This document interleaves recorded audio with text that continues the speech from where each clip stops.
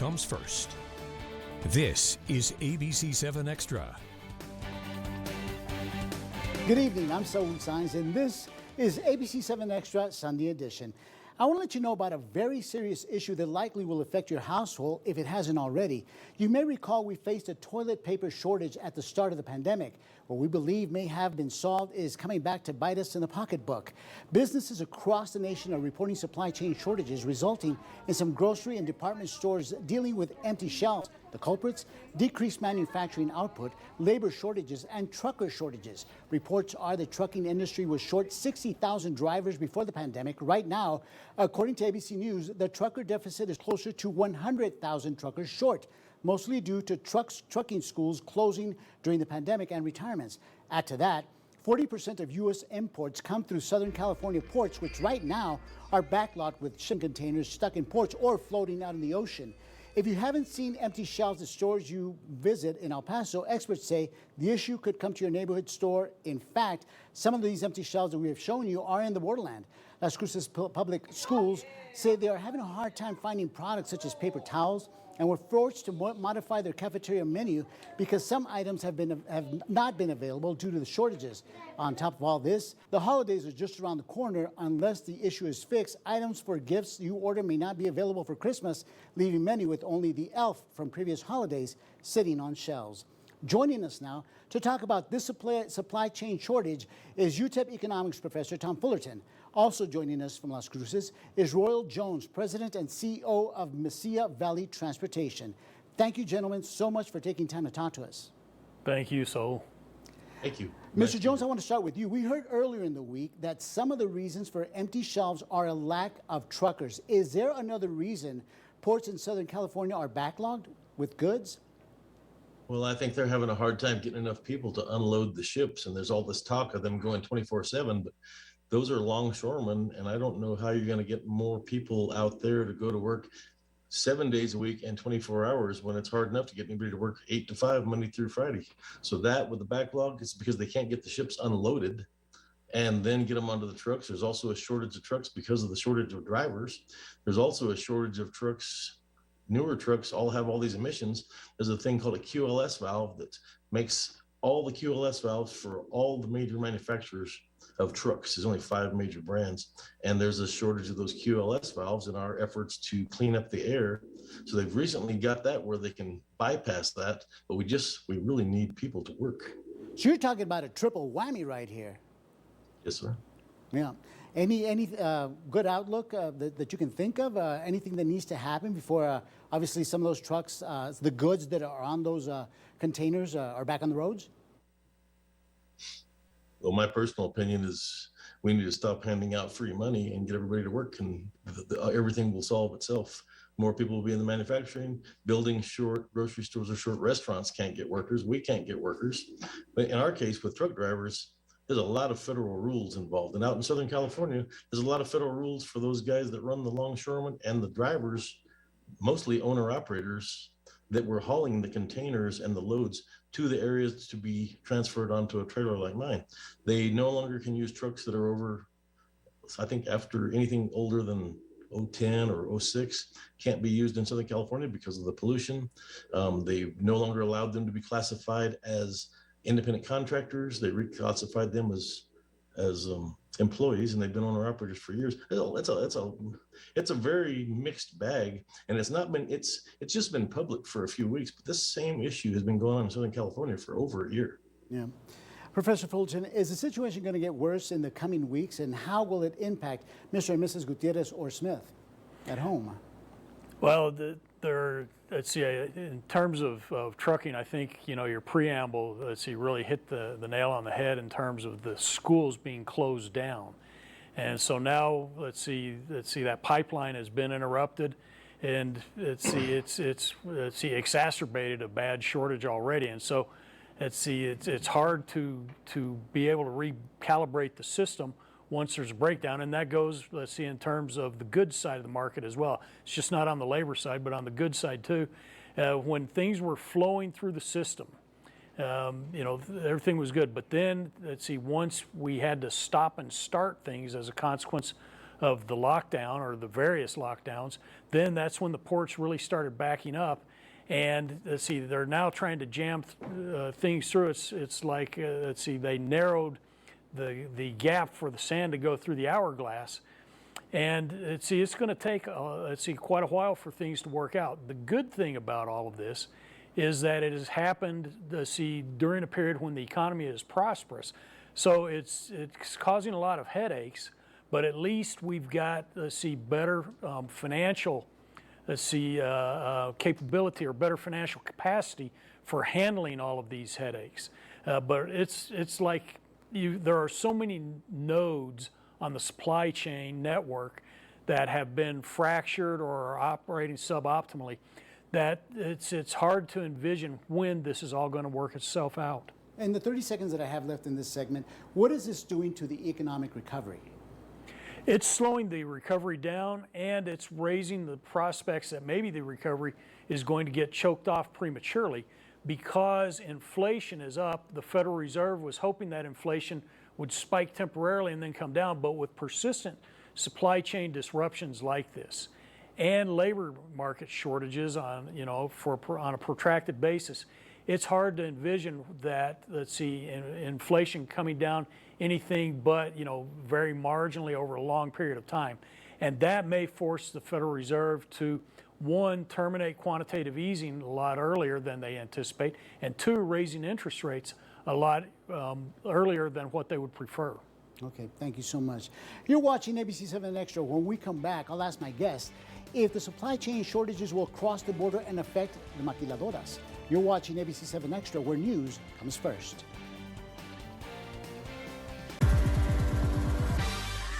When the game is on the line, you want to be the first team on the field. That's why every day is game day at Bravo Chevrolet.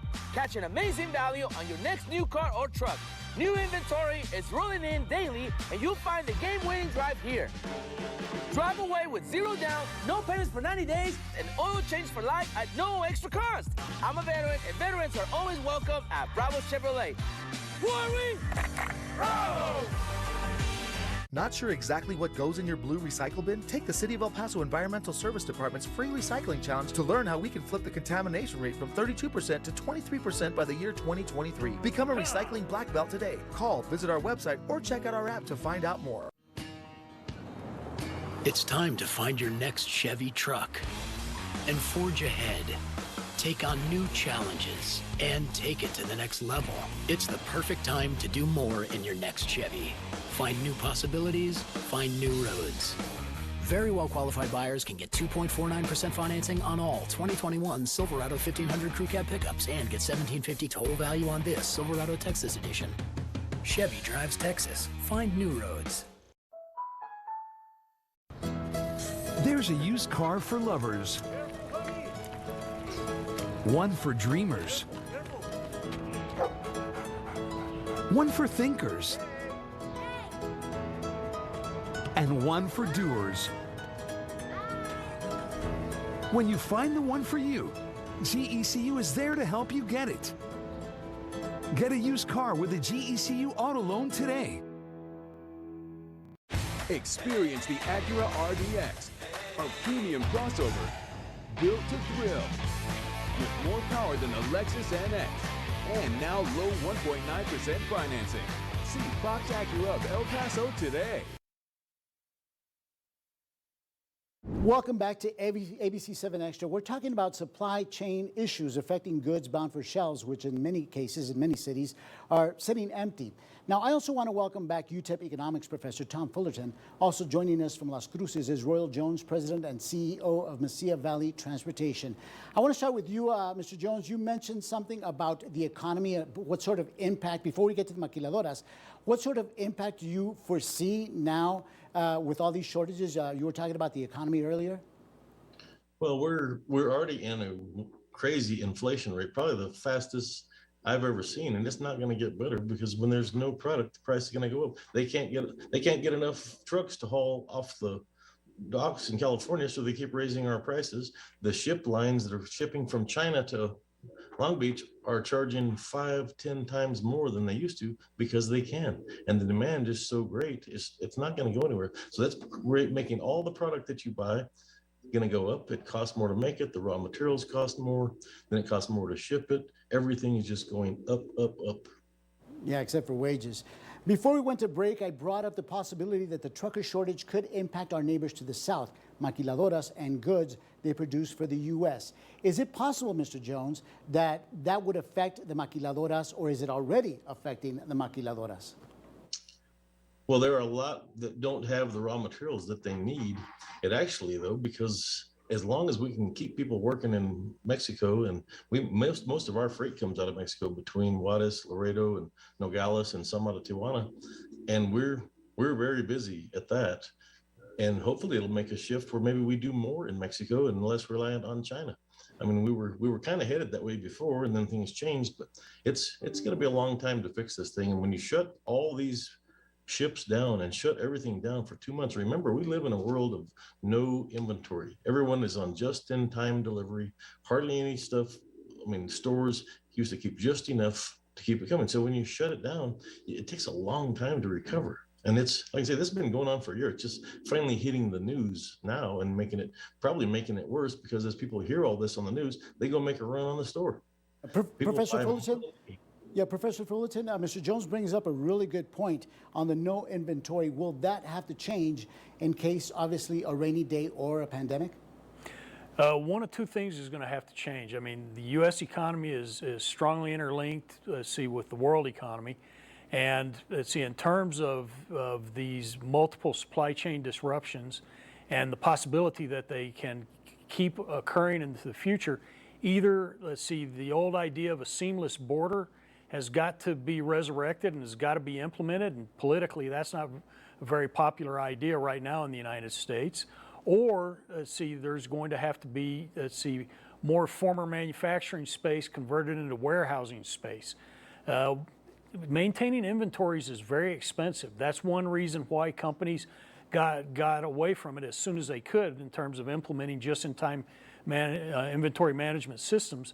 But it wouldn't be surprising if there's not some clawbacks in terms of creating more warehousing space on both sides of the border to be able to get by it. And yes, the maquiladoras have been facing periodic shortages of a lot of key components, and right now that's causing, in terms of the trucks coming back, that's causing a lot more deadhead, empty trucks coming back, from Mexico after they deliver the parts and components from the United States than is normally being observed. Of course, I'm kind of the guest picker here. Mr. Jones can give you more of the gory details about that process.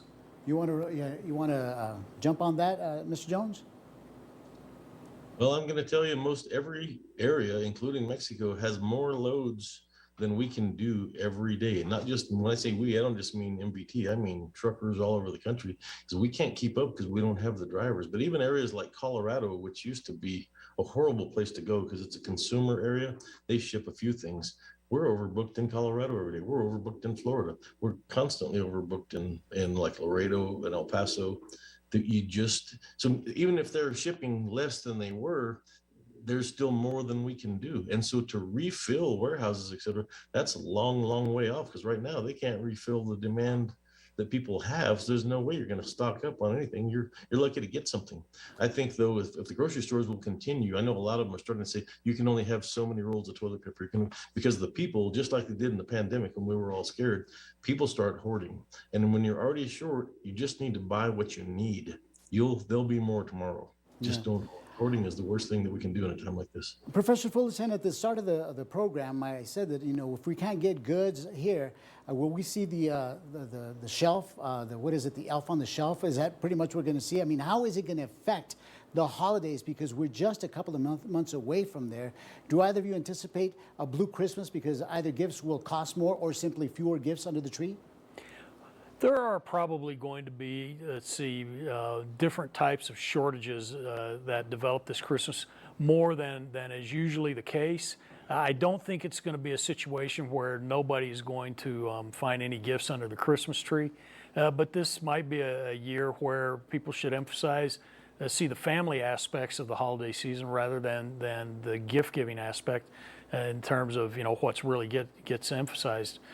So it's probably going to happen. And here in El Paso, the problem, may even be worse than it is in other parts of the United States, because on the 8th of November, the bridges are going to reopen.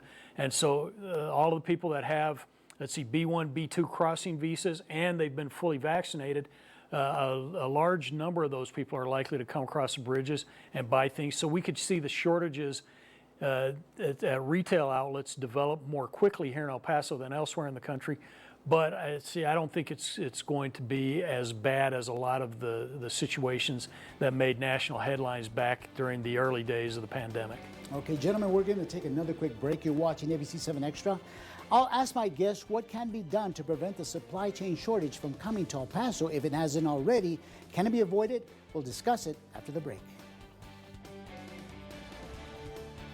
Oscar Leaser's Hyundai of El Paso has new inventory arriving daily. Our 2022s are pulling into the lot now, like Elantras and Sonatas, Konas and Tucsons, Santa Fe's and Palisades. Even the all-new 2022 Santa Cruz, the best of an SUV and pickup truck combined for a truly one-of-a-kind vehicle. All available with zero down. That's zero down on 2022 models. And interest rates as low as 0.9% APR for 60 months. 2022s are here at Oscar Leaser's Hyundai of El Paso.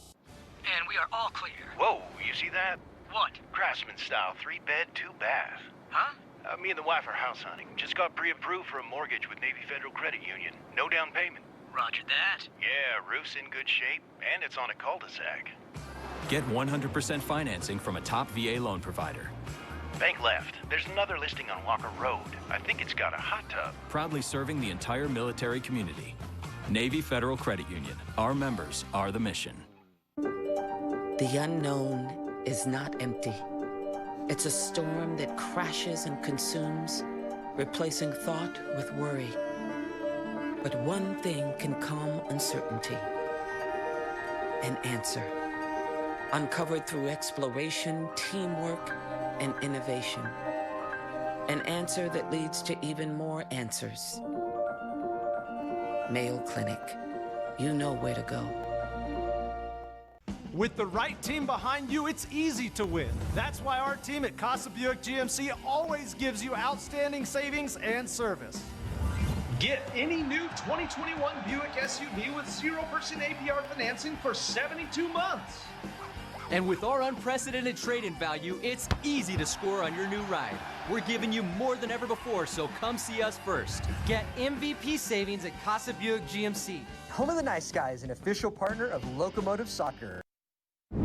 Welcome back to ABC-7 Extra Sunday Edition. Joining us for this third and final segment is UTEP economics professor Tom Fullerton. Also joining us from Las Cruces is Royal Jones, president and CEO of Mesilla Valley Transportation. Let's talk dollars and cents, gentlemen.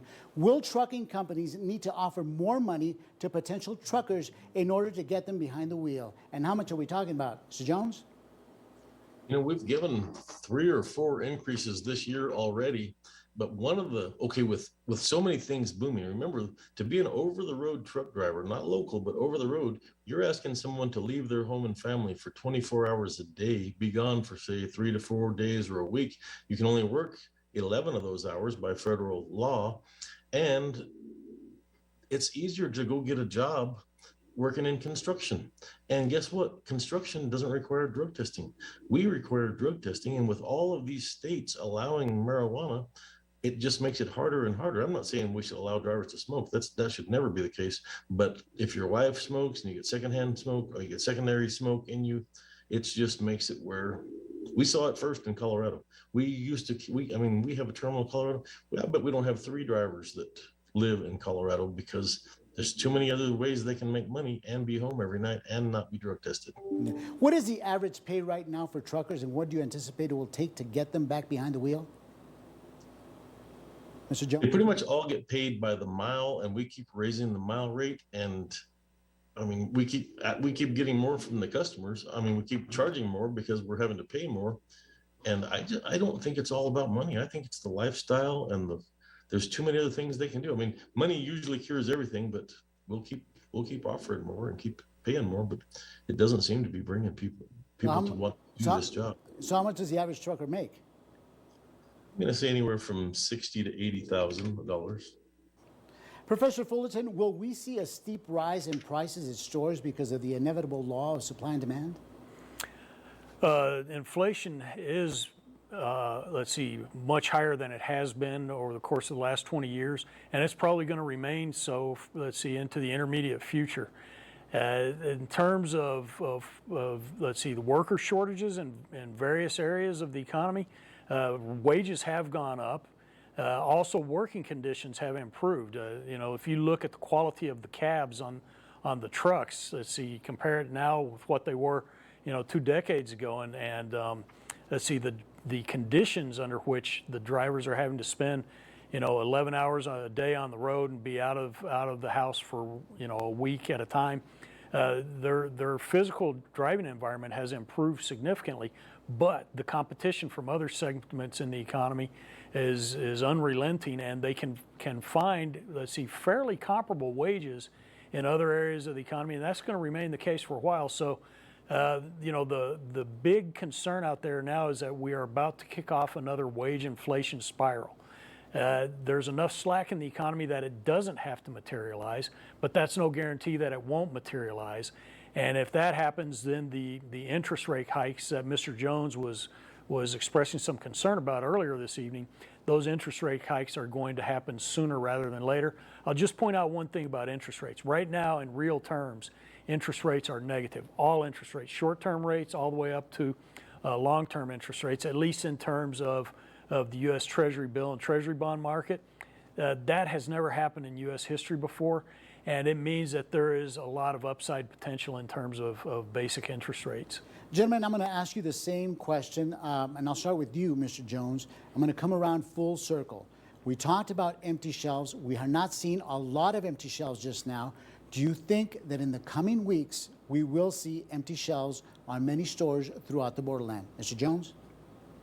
I believe we will. I think people are going to make a run on the stores. People are worried they're not going to get what they need. You mentioned Christmas. I think people will still have a Christmas. Like he said, it would be a real nice time to learn to just love to be with the people you love and be proud that you get to visit with your family and hang out and do something. We don't have to be so spoiled and have all these things.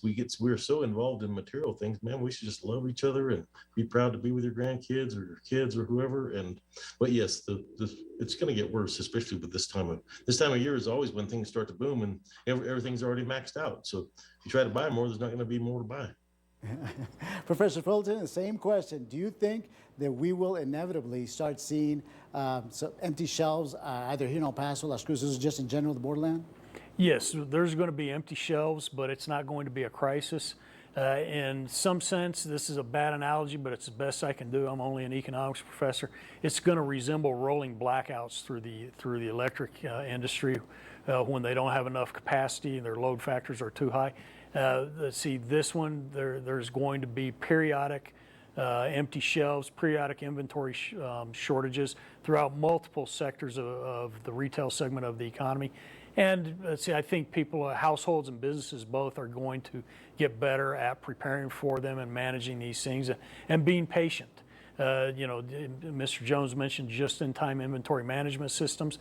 We've got a very impatient society in terms of, and it's a blessing. We're used to being able to get things, whenever we want them. We'll learn to adjust to the situation and recognize that, we might not be able to buy 100% of the items that we want every time we go to the store, but it's not like we're in a crisis situation in terms of production. There's just distribution issues, and there's some parts issues that are causing hiccups. But let's see, the hiccups don't kill people, and let's see, the supply chain disruptions are not going to permanently derail the economy. Okay, Professor Tom Fullerton, Mr. Royal Jones, thank you so much for taking time to talk to us on this Sunday evening. Thank you. Thank you very much.